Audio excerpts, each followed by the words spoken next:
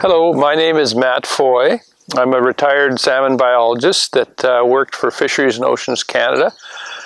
And I am a lifelong resident of Langley, and I have lived on the banks of the Salmon River here in Fort Langley for about 30-something years. So this is what I call my home river. And during my career, I was lucky enough to be involved with the upgrade of the Salmon River pump station, which is at the mouth of the Fraser River where it comes into the Fraser. And the reason why that is important for the river is through this structure, all the adult salmon in the fall have to pass upstream, and in the spring, all the juvenile salmon have to pass downstream. So how it's operated, and the technology used is very important for their survival. I'm Doug McFee. I'm chair of the Salmon River Enhancement Society. Just to describe the Salmon River, it's not a big river. It starts just east of the Langley-Abbotsford border.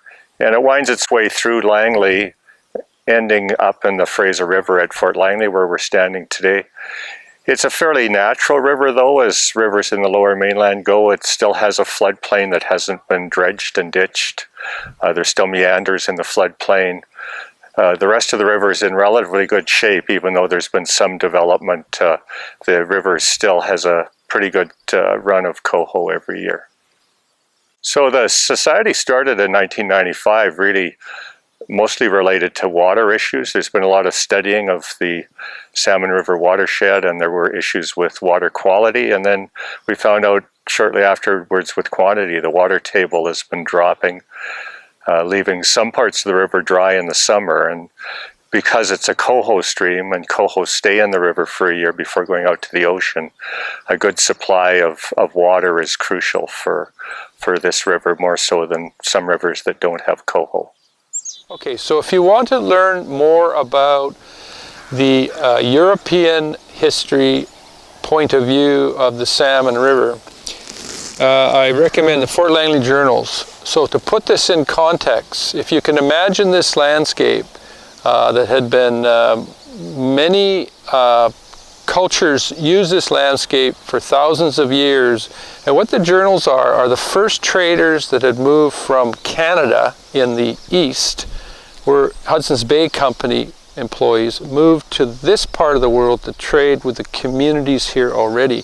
So these journals are, through their lens of their experience, they were observing the world as it was around them. So I find it very interesting because it's largely before significant contact and effect of European values. So they were simply observers trading. Typically they were trading at the time furs with the First Nations, and of course later they traded salmon that tied into the global supply chain that the Hudson's Bay Company was plugged into. So it did change the communities here as they became plugged into the world's supply chains. I'll give you an example. So in later years, the strong salmon runs of the Fraser, which were caught by indigenous people, were traded to the fort people, who then put it in barrels and salted it and put it on British ships to Hawaii. So those British ships traded those salmon from this river, Salmon River and the Fraser River, to the Hawaiians, who were largely a fish-eating culture. What they traded was for a wood called sandalwood, which was highly valued in China. So the British ships then would take sandalwood to China, trade it to the Chinese, who would then trade silk and spices to the British, and the British would take that to England.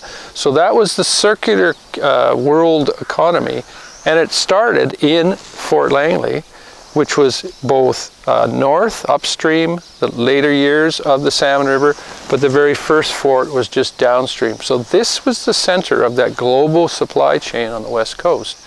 Yeah, so the river still is the host to a good run of coho every year. There's about 2,000 to 8,000 come up in the fall. They're not easy to see because they come up in the high water, but they work their way into the small tributaries, some of them only 4 feet wide, and they'll spawn in those small tributaries. The eggs will hatch in the spring, and the fry will stay in the river for almost a year before they travel out to the ocean. There's maybe 100,000 smolts that make their way out every year into the ocean from the Salmon River. So the Salmon River, we're on the other side now, on the Fraser River side, and the river in the fall has not just coho in it, but also cutthroat and steelhead come up the river. And in the spring, we also have a run of a sort. The Harrison River Chinook, the small fry that are working their way down into the ocean, come through this small, less than 3x3 gate into the mouth of the river and up the river to feed before they mature enough to go out to the ocean. So we're standing here, right behind me is Bedford Channel. So this is a side channel of the Fraser River. And Bray Island, which is Metro Vancouver Parks, is that beautiful piece of natural habitat on the far side. So just upstream from me is the entrance of the Salmon River and the Salmon River pump station. So the adult salmon move up along this bank, they smell home river tight to this bank, and then they go through the station into the Salmon River. The little fish come down, have to pass through the pump station, hopefully through the little fish gate, and other structures designed to give them a free passage and a safe passage through that massive concrete structure into what is one of the most natural sections of the Fraser River. We're very lucky it is that way. We have a park on one side, the Metro Vancouver Park, and the Fort to Fort Trail on this side that protects the riparian area quite well. So I think from a salmon and a wildlife point of view, we're just very lucky to have this natural corridor to enjoy here in Fort Langley.